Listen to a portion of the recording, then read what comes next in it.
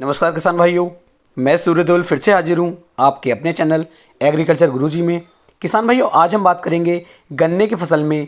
जब हमारी गन्ने की फसल 60 से लेकर 70 दिन के आसपास की हो जाती है, उस समय पर हमें कौन कौन से पोषक तत्व गन्ने की फसल के अंदर डालने चाहिए। यदि इस समय पर किसान भाई जो पोषक तत्व मैं आपको बता रहा हूँ, इनकी मात्रा आप अपने गन्ने की फसल के अंदर डाल देते हैं तो आपका गन्ना जो होगा किसान भाइयों लगातार हरा भरा रहेगा। इसके अंदर किसी भी पोषक तत्व की कमी नहीं आएगी और गन्ना जो है काफ़ी अच्छा वजन निकाल करके आपको आने वाले टाइम में दे पाएगा।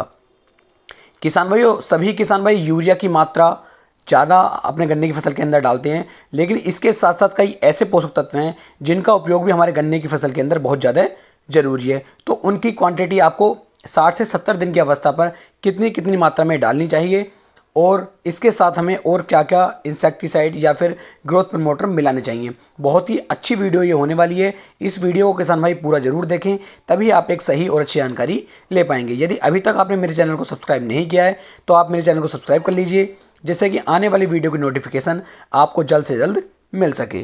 किसान भाई, गन्ने की फसल जो है हमारी एक लंबी फसल है, बड़ी फसल है, यानी कि इसका जो टाइम पीरियड है काफ़ी लंबा है। तो इसके अंदर सभी पोषक तत्वों का उपयोग होना बहुत ही ज़्यादा ज़रूरी है। इसके अंदर मैं आज आपको बताने वाला हूँ कि फेरस सल्फेट जो होता है इसका उपयोग कितना करना चाहिए, जिंक सल्फेट का उपयोग क्यों करना चाहिए, बोरोन का उपयोग क्यों करना चाहिए।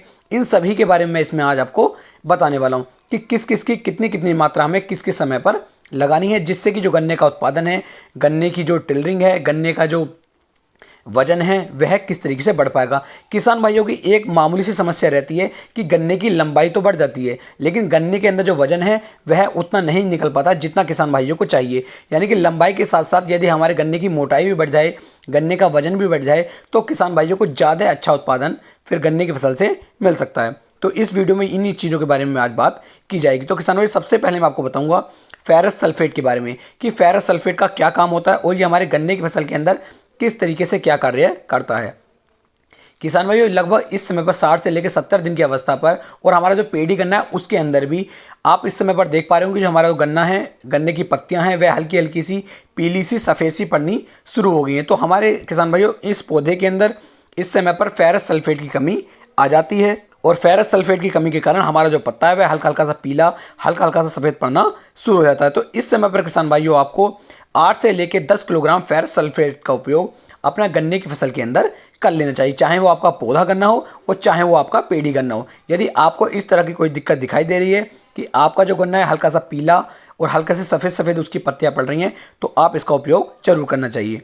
इसके साथ साथ किसान भाई जिंक सल्फेट का उपयोग आपको लगभग 2 साल में एक बार अपने गन्ने की फसल के अंदर कर लेना चाहिए। यानी कि अगर 2 साल तक आप जिंक सल्फेट का उपयोग नहीं करते हैं तो आपके खेत के अंदर जिंक की कमी आ जाती है और जिंक की कमी भी आपको अपने गन्ने की फसल पर साफ साफ दिखाई देती है। अब यदि मैं इसके उपयोग की बात करूं तो किसान भाई इसका उपयोग भी आप लगभग 6 से लेके 8 किलोग्राम प्रति एकड़ के हिसाब से यदि आप अपने गन्ने की फसल के अंदर करते हैं तो काफ़ी अच्छे रिजल्ट आपको गन्ने की फसल में देखने को मिल जाएंगे। इसका उपयोग आप पौधा गन्ने में भी और पेड़ी गन्ने में भी 6 से लेकर 8 किलोग्राम प्रति एकड़ के हिसाब से किसान भाइयों कर सकते हैं। इसके बाद किसान भाई बात कर लेता हूं बोरोन की। बोरोन का उपयोग भी आपको गन्ने की फसल के अंदर जरूर करना चाहिए। यदि बोरोन का उपयोग नहीं करते हैं तो आपकी जो फसलें होती हैं ये इनमें हल्का सी सड़न सी पैदा हो जाती है और गन्ने की फसल के अंदर तो किसान भाइयों जो हमारा गन्ने का वजन होता है इसके अंदर काफ़ी ज़्यादा कमी देखी गई है। यदि बोरोन का उपयोग हमारे गन्ने की फसल के अंदर नहीं होता है तो वजन हमारे गन्ने का काफ़ी ज़्यादा कम हो जाता है। तो इसलिए आपको बोरोन का उपयोग भी एक बार अवश्य कर लेना चाहिए। 2 किलो बोरोन का उपयोग आपको अपने गन्ने की फसल के अंदर करना चाहिए और बोरोन किसान भाई आपको 15% में लेना चाहिए। यानी कि बोरोन आपको 15% में मिल जाएगा। 2 किलोग्राम इसकी मात्रा लेनी है और उसके बाद इसका उपयोग अपने गन्ने की फसल के अंदर करना है। 3 चीज़ों के बारे में किसान भाइयों मैंने इसमें आपको बताया, जिसमें फेरस सल्फेट, जिंक सल्फेट और बोरोन 15%।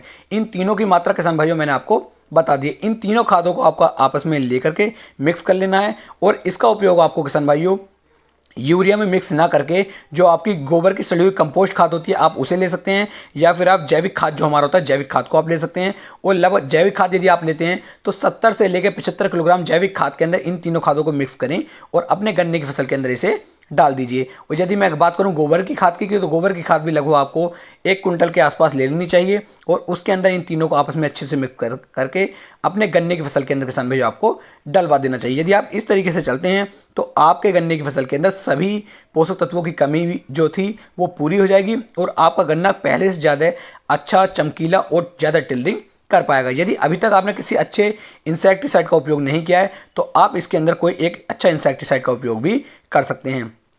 उम्मीद है किसान भाइयों मैं आपको एक सही और अच्छी जानकारी दे पाया हूँ। इन उर्वरकों को डालने के बाद आपको अपने खेत की सिंचाई जरूर करनी है, इस बात का भी किसान भाइयों आप जरूर ध्यान रखें। किसान भाइयों फिर मिलेंगे एक नई वीडियो में एक नई जानकारी के साथ, तब तक के लिए जय हिंद, जय भारत, जय किसान।